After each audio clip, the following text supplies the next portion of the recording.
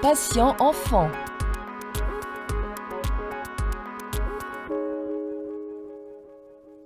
Zoll reconnaît que les patients enfants ne sont pas des petits adultes. Nous avons élaboré un algorithme dédié pour l'analyse de l'arythmie chez l'enfant, qui permet de différencier les rythmes pédiatriques pouvant recevoir un choc de ceux ne le pouvant pas.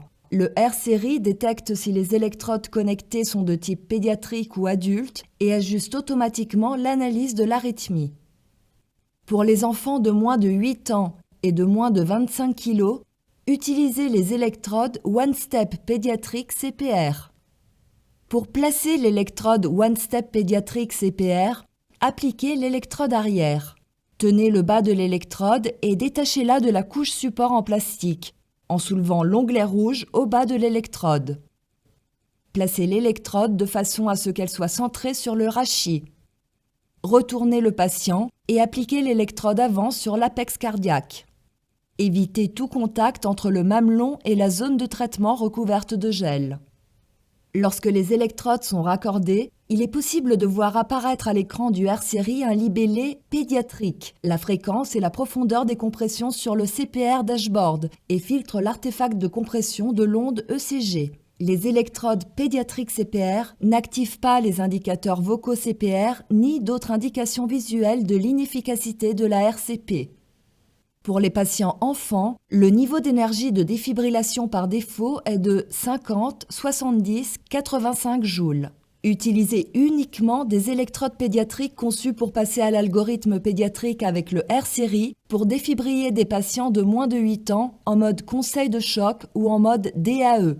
L'utilisation d'électrodes adultes ou pédiatriques non conçues pour passer à l'algorithme pédiatrique avec le R-Series peut entraîner une délivrance de niveau d'énergie destinée aux adultes. Si les électrodes défibrillation pédiatrique utilisées ne sont pas faites pour passer à l'algorithme pédiatrique, les énergies du défibrillateur doivent être réglées manuellement sur la base de protocoles institutionnels spécifiques à l'établissement pour la défibrillation pédiatrique.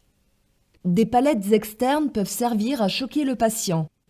Des électrodes de taille pédiatrique sont intégrées dans l'ensemble de palettes sous les plaques d'électrodes standards. Les paramètres énergétiques doivent être ajustés manuellement à des niveaux pédiatriques conformes au protocole de l'établissement. Consultez les manuels d'utilisation du R-Series pour en apprendre plus sur les procédures de choc des palettes externes. Pour exposer les plaques pédiatriques, appuyez sur le bouton noir PEDI situé sur le haut de la palette, puis faites glisser la plaque adulte vers le haut. Avant de replacer la plaque adulte, n'oubliez pas de nettoyer soigneusement la plaque pédiatrique et la zone environnante. Faites glisser la plaque adulte sur la palette jusqu'à ce qu'elle soit verrouillée.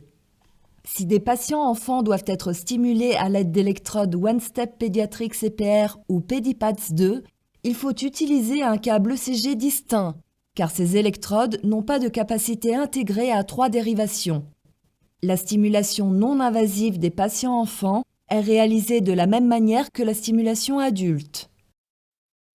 Les options de surveillance avancée du R-Series comprennent la PNI, la SpO2 et l'ETCO2. Utilisez des accessoires appropriés lorsque vous prenez ces mesures. Un type de patient pour les mesures de PNI peut être sélectionné. Le paramètre de type de patient détermine la pression de gonflage du brassard par défaut et les valeurs par défaut des limites d'alarme concernant les valeurs de tension artérielle, systolique, diastolique et moyenne, élevées, basses. Sauf s'il a été configuré autrement, le R-Series se règle par défaut sur le mode patient adulte lorsqu'il est allumé.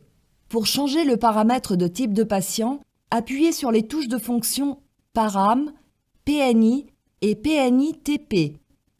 Appuyez ensuite sur la touche de fonction PNI-PED pour sélectionner le paramètre de type de patient approprié.